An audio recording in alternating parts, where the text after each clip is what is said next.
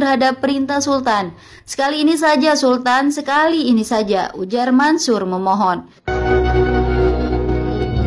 Sultan sebenarnya dilema, tapi dia sudah berjanji kepada komisaris polisi bahwa para preman yang telah membesarkannya itu tidak akan melakukan kekerasan lagi. Sultan akhirnya tidak mengizinkan siapapun bertindak. Pengen Mimin tampol jidatnya Sultan ini, nyebelin banget. Menurut Sultan, masalah tidak harus diselesaikan dengan cara kekerasan. Sultan sendiri yang akan berbicara dengan Jaya Selan. Padahal Mansur dan para preman sangat khawatir dengan keselamatan Sultan. Sultan kemudian datang bersama ajudannya. Di sepanjang jalan, dia melihat derita penduduk. Ada pula orang tua yang diikat dan dicambuk. Jaya Selan tidak mempedulikan kedatangan Sultan. Dia meminta Sultan pergi. Situasi saat ini benar-benar membuat Sultan dilema. Sementara Jaya Selan terus saja melakukan penyiksaan. Tapi Sultan tidak suka kekerasan. Dia melangkah untuk pergi. Mansur dan para preman sudah tiba. Mereka tidak tahan lagi. Jaya Selan harus dibunuh. Mereka langsung berlari untuk menyerang Jaya Selan. Sultan yang melihat itu lagi-lagi tidak membiarkan para preman untuk melakukan kekerasan. Tapi kali ini dia yang siap melakukan apapun, termasuk melawan Jaya Selan.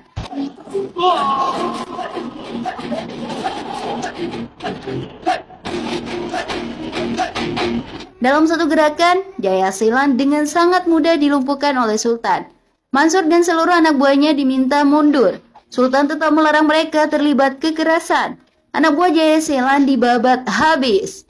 Mereka di rumah dihancurkan. Sultan benar-benar menunjukkan sisi yang berbeda.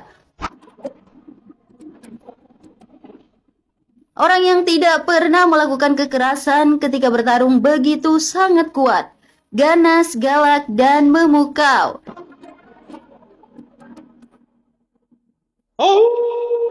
Kini giliran Jaya Selan yang disiksa hingga pingsan terluka parah. Para penduduk sangat bahagia. Tidak terkecuali Rukmani, apalagi Mansur dan anak buahnya bangga melihat Sultan. Wah, Mimin juga jadinya senang dan bangga kalau begini gaya Sultan. Kini Sultan dilihat seperti dewa penyelamat oleh penduduk. Mereka merayakan kebahagiaan yang selama bertahun-tahun sangat dinantikan. Di tengah kebahagiaan, pengacara keluarga menelpon Sultan, menginformasikan jika polisi melakukan operasi di Chennai.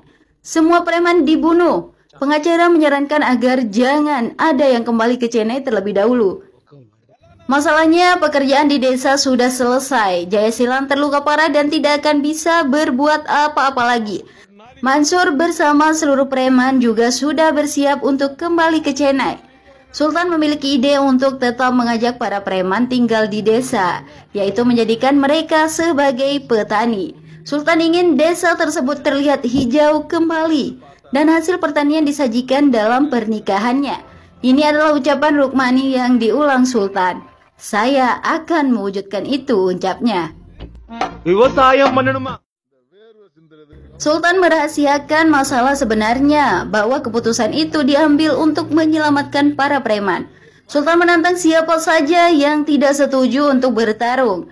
Mau tidak mau, akhirnya mereka terpaksa mengikuti perintah Sultan, karena tidak mungkin akan bertarung melawan Sultan.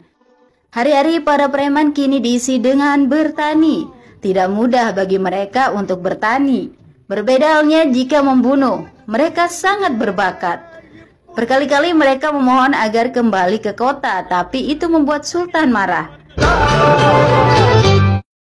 Di tempat lain, Jaya Selan yang terbaring sakit tak berdaya dijenguk seorang pengusaha besar.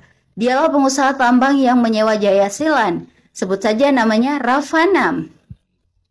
Ravanam juga datang langsung ke desa mengajak Sultan kerjasama, tapi ditolak. Sultan mengusirnya pergi.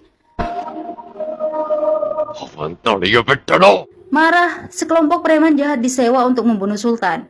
Tapi Sultan bukan orang lemah. Masalahnya, jika pasukannya bangun dari tidur, kelompok yang menyerang bisa-bisa dibunuh. Sultan tidak ingin pasukannya melakukan kekerasan lagi, sehingga dia sendiri yang mengalahkan para penyerang secara diam-diam. Pertarungan tanpa suara pun terjadi.